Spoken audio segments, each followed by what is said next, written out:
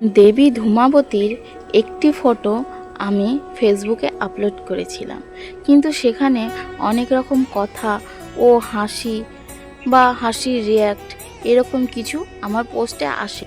আমরা হিন্দু ধর্মের মানুষরাই যদি নিজেদের ধর্মকে নিয়ে হাসাহাসি করি, তাহলে অন্য ধর্মের মানুষজন আমাদের ধর্মকে নিয়ে হাসাহাসি তো করবেই। কথা না বাড়িয়ে বলেই দিই, দেবী ধূমাবতী আসলে কে, তবে যদি তোমাদের মনের কালো ময়লাগুলো একটু বেরিয়ে আসে। এই সাদা শাড়িতে কোন দেবী বিরাজ করেন আজকে তোমাদের জানাবো। যখন সৃষ্টি ধোঁয়াশা ও চারিদিকে অন্ধকার ছড়িয়ে পড়ে, তখন প্রকট হন দেবী ধূমাবতী। 10 মহাবিদ্যার মধ্যে অন্যতম একজন, কিন্তু অন্য দেবীর থেকে অনেকটাই আলাদা, নেই কোনো সৌন্দর্য। এই দেবী বিধবা স্বরূপা, বিনা ঘোড়ার রথে চড়া, একা, অসহায়, ক্ষুধার্ত, উদাসীন, পরাজয় দেবী ধূমাবতী। দেবী ধূমাবতী মৃত্যুর রূপ, কিন্তু ভয়ের প্রতীক নয়, সত্যের প্রতীক, জীবনের সেই অবস্থার প্রতীক যখন সব কিছু হারিয়ে যায়, তখন শূন্যেই জ্ঞানের দুয়ার।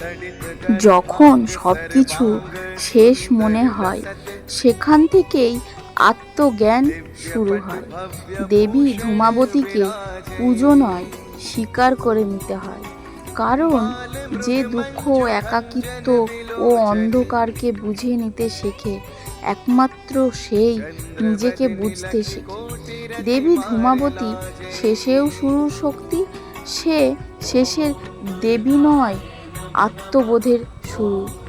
সে দেবী দুর্গার আর এক রূপ, আত্মস্বরূপা, করুণাময়ী দেবী ধূমাবতী মা।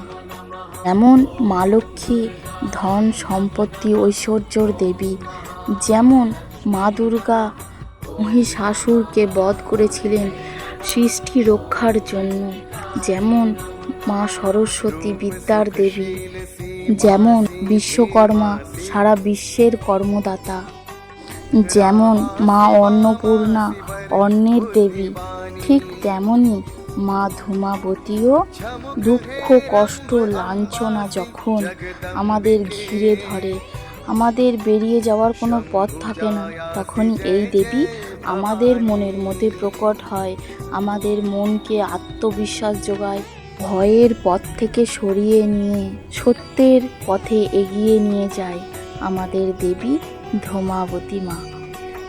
আরও জানা গেছে যে মা পার্বতী যখন খুব ক্ষুধায় আকৃষ্ট ছিল, তখন কিছু খাবার না পেয়ে মা পার্বতী মহাদেবের কাছে ছুটে যান।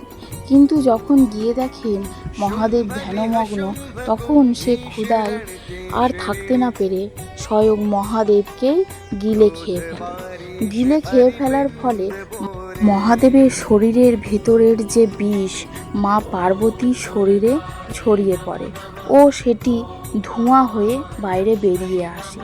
সেই কারণে মা ধূমাবতীর জন্ম হয়। সেই কারণেই আমরা দেবী ধূমাবতীকে পূজা করি না, স্বীকার করে নিই। কারণ যখন আমরা ভয় পাই বা কোনো দুঃখ কষ্ট আমাদের জীবনে আসে বা আমরা কোনো বিপদে পড়ি, সেটাকে আমরা মেনে নিই, সেটাকে আমরা ছুঁড়ে ফেলে দিই না বা সেটাকে আমরা পুজো করি না।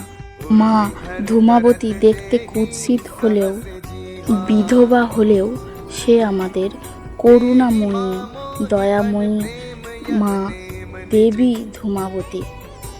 তাই নিজেদের ধর্মকে সম্মান করো, দেখবে জীবনে অনেক কিছুই জানতে পারবে বা শিখতে পারবে বা আরও 5টা মানুষকে শেখাতে পারবে।